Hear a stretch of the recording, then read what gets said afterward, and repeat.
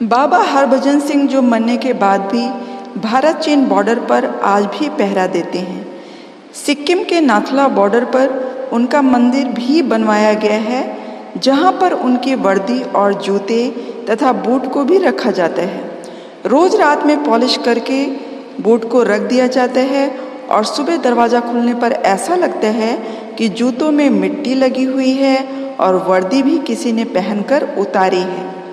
यदि आप एक रात के लिए वहाँ रुकें तो आप भी देख सकेंगे ये सब अपनी आँखों से, क्योंकि मैंने अपनी आँखों से ये सब देखा है।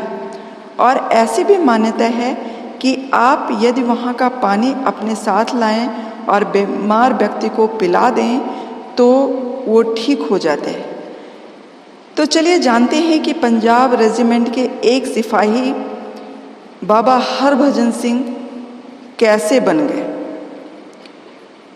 बात 1966 की है, 1966 की है।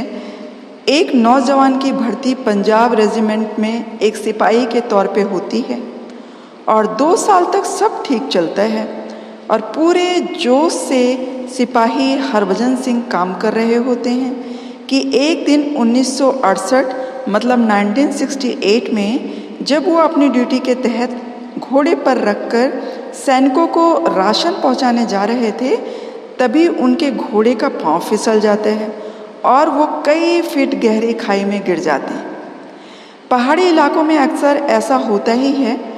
उस समय वो अकेले होते हैं, इसलिए किसी को भी पता नहीं चलता कि उनके साथ क्या हुआ है और कब हुआ है और वो कहाँ गए। कुछ दिन तक तो उनकी बहुत खोजबीन हुई। फिर रेजिमेंट में कानाफूसी शुरू हो गई कि हरभजन सिंह इन कठिन परिस्थितियों में काम नहीं कर पाया, इसलिए भाग गया और उनको भगोड़ा भी साबित कर दिया गया।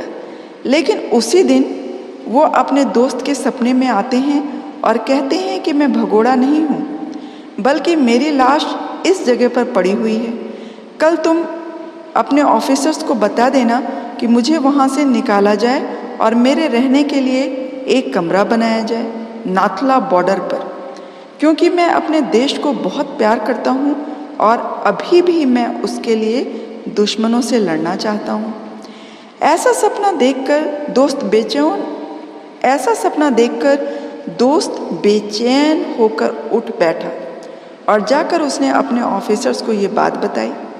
तो पहले किसी को भी सपने की बात पर विश्वास नहीं हुआ, लेकिन जब लाश ठीक सपने में बताई हुई जगह पर मिली तो सबको यकीन होने लगा और सैनिक की अंतिम इच्छा समझकर उनके लिए कमरा भी बनवा दिया गया सेना की तरफ से, जैसा कि हरभजन सिंह ने अपनी इच्छा जाहिर की थी सपने में। और उस कमरे में वर्दी और उनका एक बेड और उनके शूज भी रखवा दिए गए। जिस दिन ऐसा किया गया उसके ठीक दूसरे दिन सुबह लोगों ने देखा कि बेड पर सिलवटें पड़ी हैं और जूतों में मिट्टी लगी हुई है और वर्दी भी गंदी हो गई थी, जैसे कि किसी ने पहनी हो। अच्छा, तो अब आगे की कहानी सुनने से पहले आप लोग चैनल को सब्सक्राइब कर लीजिए, लाइक कर दीजिए और शेयर कर दीजिए। तब मैं फिर सुनाती हूँ ये कहानी। कर दिया ना? तो हाँ, तो पहले लोगों ने सोचा कि शायद किसी सेना के जवान ने ही ये शरारत की है, तो कमरे में ताला लगाया जाने लगा उस दिन से और चाबी एक ऑफिसर के पास रखी जाने लगी। लेकिन दूसरे दिन कमरा खोलने पर फिर वैसा ही दिखा सब कुछ जैसा पहले दिन दिखा था। बेड पर सिलवटें, जूते और वर्दी गंदी। अब तो ये रोज की बात हो चुकी थी, लेकिन फिर भी सेना ने ये बात भारत सरकार तक नहीं पहुंचने दी, क्योंकि उन्हें डर था कि इस बात को अंधविश्वास करार दे दिया जाएगा, क्योंकि सेना और पुलिस में इन सब के लिए कोई जगह नहीं है। ये क्रम इसी तरह से चल रहा था कि एक दिन चीन सरकार का भारत सरकार के पास मैसेज पहुंच जाते हैं कि अपने उस सैनिक को हटा लो जो रात में घोड़े पर चढ़कर हमारे सीमा पर पहरा देता है। तो भारत सरकार ने सेना के पास ये बात पहुंचाई तो पता चला कि वहाँ तो किसी को तैनात नहीं किया गया है, बल्कि सेना तो वहाँ से 1 किलोमीटर पीछे तैनात है। तो चीनी सरकार का जवाब आया कि तुम्हारा एक सैनिक इतना आगे आकर गश्त करता है, लेकिन जब हमारे सैनिक उस पर गोलाबारी करते हैं तो वो गायब हो जाता है और फिर दूसरी रात वहीं आ जाता है। लेकिन भारत सरकार के मना करने पर चीन ने बहुत कोशिश की कि उस सैनिक को गोली से उड़ा दिया जाए, लेकिन वो कामयाब नहीं हो सके और उन्होंने भी मान लिया कि ये एक अलग शक्ति है। और फिर जब भी चीन और भारत की मीटिंग होती तो चीन के लोग एक कुर्सी उस सैनिक के लिए भी वहाँ पर रखने लगे। उनको भी विश्वास होने लगा कि वो आत्मा इस पर बैठकर हमारी बातें सुनेगी और उसी के अकॉर्डिंग सारा काम होगा।